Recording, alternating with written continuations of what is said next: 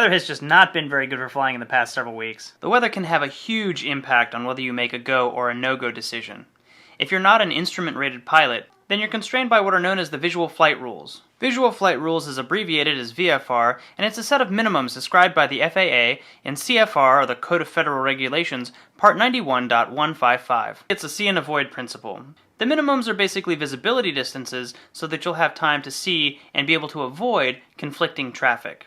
I've got a link to it in the card above if you're interested in reading the regulation and the minimums yourself. On the other end of the spectrum are instrument flight rules. If you're an instrument-rated pilot, air traffic control handles all of your separation. You don't need to see or manage the avoidance of other traffic. Air traffic control handles that for you. And generally speaking, if you're a VFR pilot talking to air traffic control, they will advise you of any conflicts that are coming up. But once you take off, as long as you're not in Bravo, Charlie, or Delta airspace, you don't have to be talking to air traffic control. If you're an IFR pilot, you're talking to air traffic control the entire flight, depending of course on whether you're able to maintain radio contact with air traffic control the entire flight.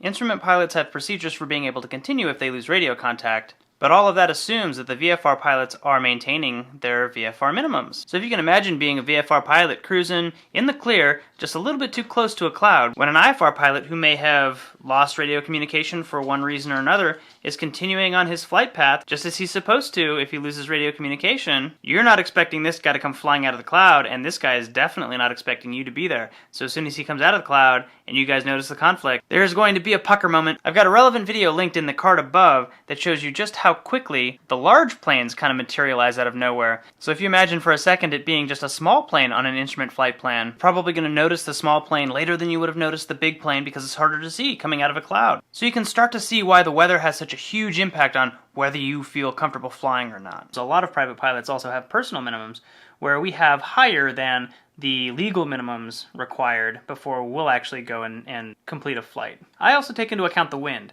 If it's really windy outside, I expect it to be turbulent, and I'll generally scrub a flight. So when I can't fly outside, I'm usually flying inside. I like flying DCS World, I like flying X-Plane, I have an Oculus Rift, I think it's fantastic. I find that simulators, while they're not perfect, are a very good analog for flying in the real world. I started flying in simulators when I was about 15, 20 or so years ago, and I think they helped me a lot, just kind of understanding the concepts that go into flying in the real world. And then once I got into real world flying, I obviously noticed the differences and had to adjust, but the adjustments were very difficult. So another thing I'm working on is my Advanced Ground Instructor and Instrument Ground Instructor certifications so that I can pass on what I know to other aspiring pilots. Naturally, I'm reading the FAA publications, but I'm also trying to, find other sources of information to kind of widen my breadth and depth of knowledge in all things aviation. So one book that I only recently got into, but I picked up back when I started my flight training, just shy of a year ago, is Stick and Rudder. This is a book that's been highly recommended. I'm sure somebody's already recommended it to you. This book is fantastic if you haven't read it. It goes into a lot of the dynamics of flight. It's an explanation of the art of flying, and it really is. The author goes into great practical detail about what goes into what you're doing while you're flying.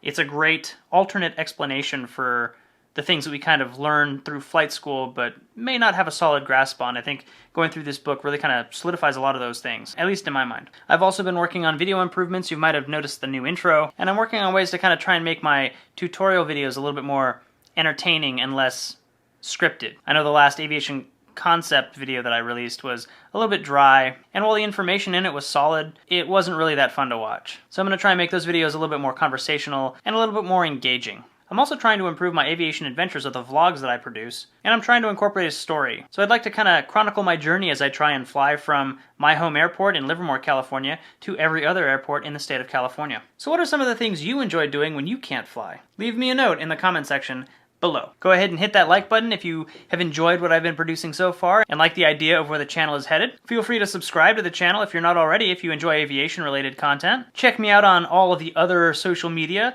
Twitter, Facebook, Reddit, wherever you want to find me, Twitch. I do a lot of streaming on Twitch as well. And if you're interested in links to any, good reading or virtual reality headsets or any kind of things like that, I've included links in the description below. As always, thanks for watching, fly safe, and I'll see you in the next video.